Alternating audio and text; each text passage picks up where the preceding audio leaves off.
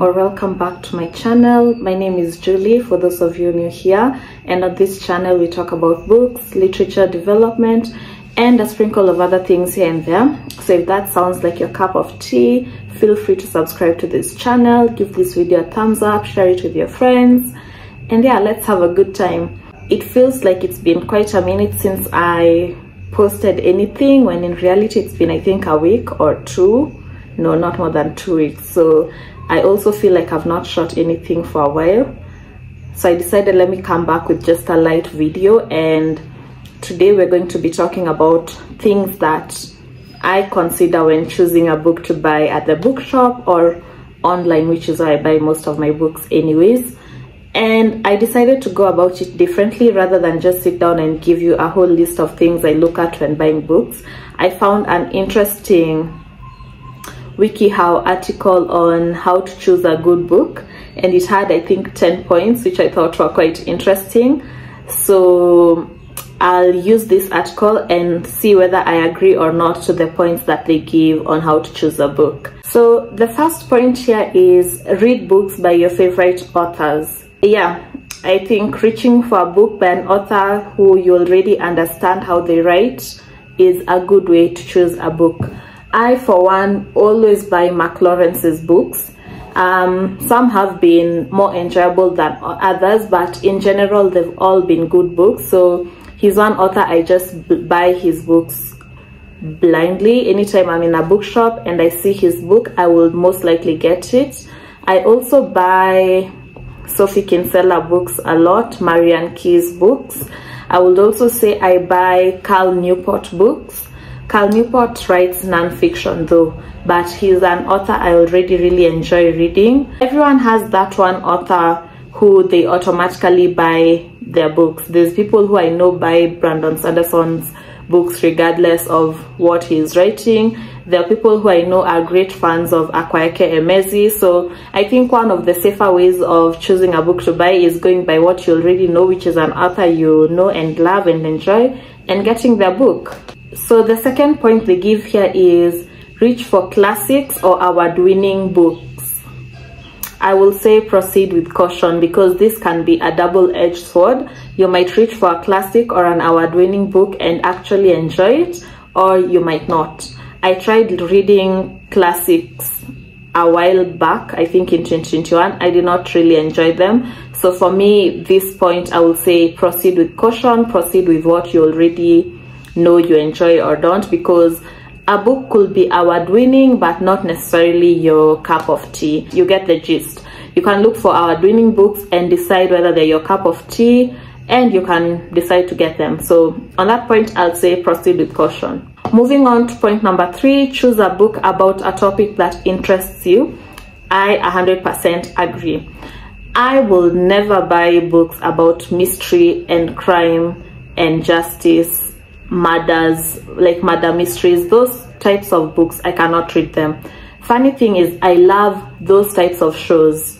Add science fiction there. Like, I will not be keen on buying a science fiction book or a murder mystery book, but I will really enjoy watching that. So I do have my own books that interest me, book topics or genres that interest me, that I gravitate towards. Fantasy being somewhere on top of the list.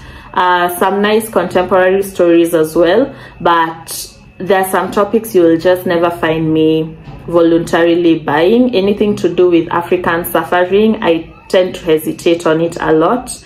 Anything to do with female suffering, I also tend to hesitate on it a lot. So yeah, just choose a topic you enjoy. If you enjoy weird, out of this world stories, then go and buy those. Gravitate to what you feel you enjoy, and I'm sure you'll have a good time reading that book. The fourth point is ask for book recommendations. Yes, I completely 100% agree. A good example for me this year, I really tried to read more of African literature, and I did not know much about this genre, so I just went about it by asking for recommendations from people who know what I love to read and who would select like a good book within that genre for me.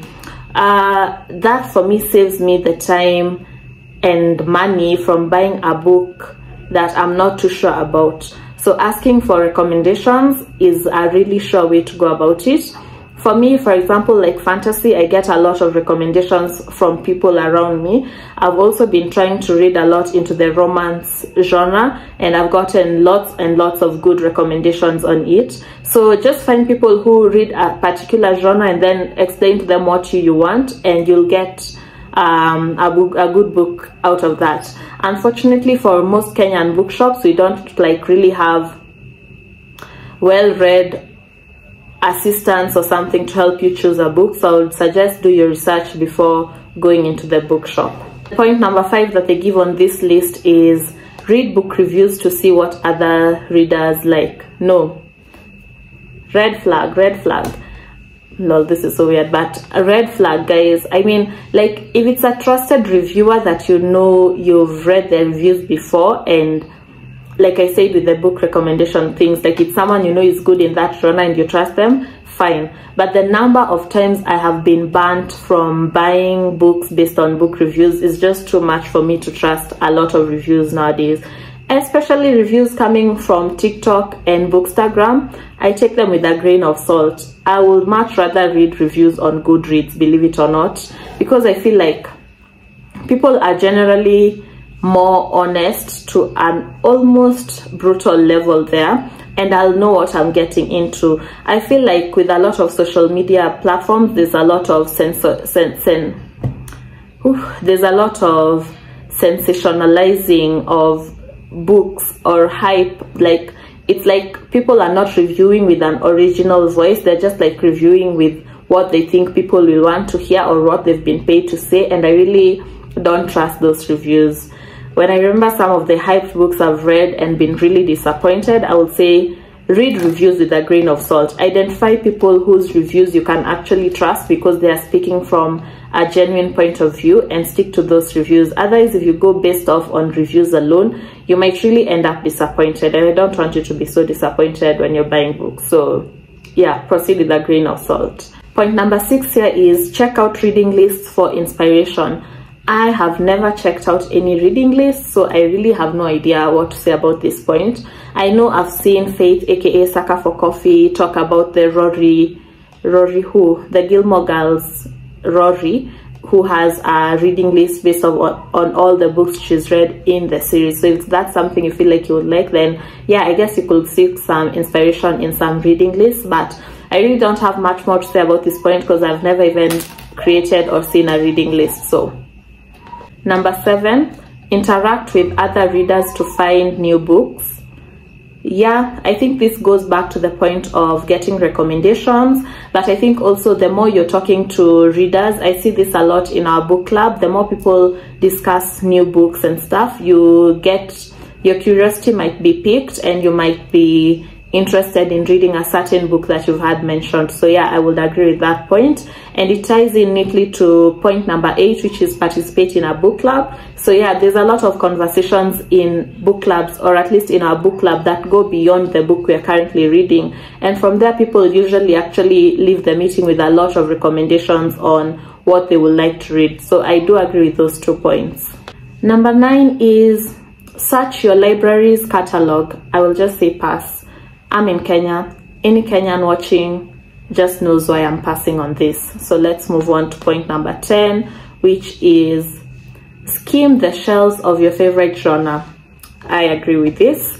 Anytime I'm in a bookshop, I will most likely gravitate to the genre I love reading, and more often than not, I'll pick up a book there that I enjoy reading. So if you don't know what else to do, just move to the area where you love, where the type of books you love reading are. I'm very sure you live with a book or two. And the last point is shop from your bookshelf. That's right, don't go buying books left and right while you have so many unread books on your bookshelf. Don't be like me. Read the books on your bookshelf and then go buy new books. So a lot of times that's actually what I do. I just look at my bookshelf and get something to read. It's just that sometimes you're also not in the mood to read anything that's on your bookshelf, or maybe that's just a me problem. But yeah, so that's basically all the points that's on this WikiHow article. I think I'll attach the link to this article also in my description, just in case anyone actually wants to go and read what they were talking about. But I thought it would be interesting to just read the points and give my point of view. On that note, I found a second link that had interesting questions to ask yourself before buying a book, and I thought that this would be interesting to see if I even ask myself these questions. Number 1, do you have room on your bookshelf to store the book? I have literally never asked myself this question when I'm going to buy new books. I just know that I'll find somewhere to store that book. It does not matter where it is, but I'll find somewhere to store it. But yeah, that's one of the questions they say you should ask yourself. Number 2, will this book add value to your personal library? That is a question I ask myself. I don't want to join the consumerism where I'm just buying books for the sake of buying, and books which I feel have no value in my library. That's why I think I've also been selling a lot of my books lately. I just want to have quality books on my bookshelf. So that is a question I ask myself. Number 3, can you afford it? A good question to be asking yourself, especially in this time we're in a recession. There's no need to be buying books you cannot afford. Yeah, if you can't afford it, read it online. You get the ebook version. It's usually cheaper, though a few of my friends are telling me the difference is not too great, but whatever that difference is makes more sense to your pocket. Number 4, can you borrow the book? I do not ask myself this question quite often. I believe I've said it before. I love writing in my books as I read. I love highlighting. I love writing personal thoughts on the side of the book and stuff like that. So it's so hard for me when it comes to borrowing books. The only way I will borrow a book if it's a book I've read 50-50 kind of reviews on, and I don't feel like I'm willing to take the risk on buying it, then it disappoints me, then I could do that. But yeah, it says you can ask yourself if you can borrow that book, and if you can borrow it instead of buying it, if that's your cup of tea. Number 5, would other people be interested in reading the book when you're done? I've never really asked myself this question, though there's times where I buy books that I know I'll specifically give to my mother. So after I read them, I give them to her as a gift because I know she'll definitely love it. But not all the time. I don't do this a lot. I don't even ask myself this question that much. So yeah. Do you need to read the book right now, or can you wait? A question I should probably start asking myself, because I do end up getting a lot of books because I'm fearing FOMO, and so far they've mostly been disappointments. So I'm practicing like I don't have to get the book immediately. I can wait, because a lot of the times waiting will save you from struggles of buying a book that's very mid and having to sell it, or just keeping it bitterly on your bookshelf. So that's an important question for all of us to ask ourselves, and so that the marketing gurus do not have their ways with us and selling us hardbacks and, you know, books that are super expensive, then 1 year releasing a book that's half the price. Number 7, how long is your TBR list? I think as bookworms we can agree our TBR lists are indefinite. They are infinitely long, and that question will really not dissuade us from buying a book if we really want to buy it, right? I think we can agree. So that's basically a wrap on today's short and sweet video. Just factors to consider when buying books, questions to ask yourself when buying books.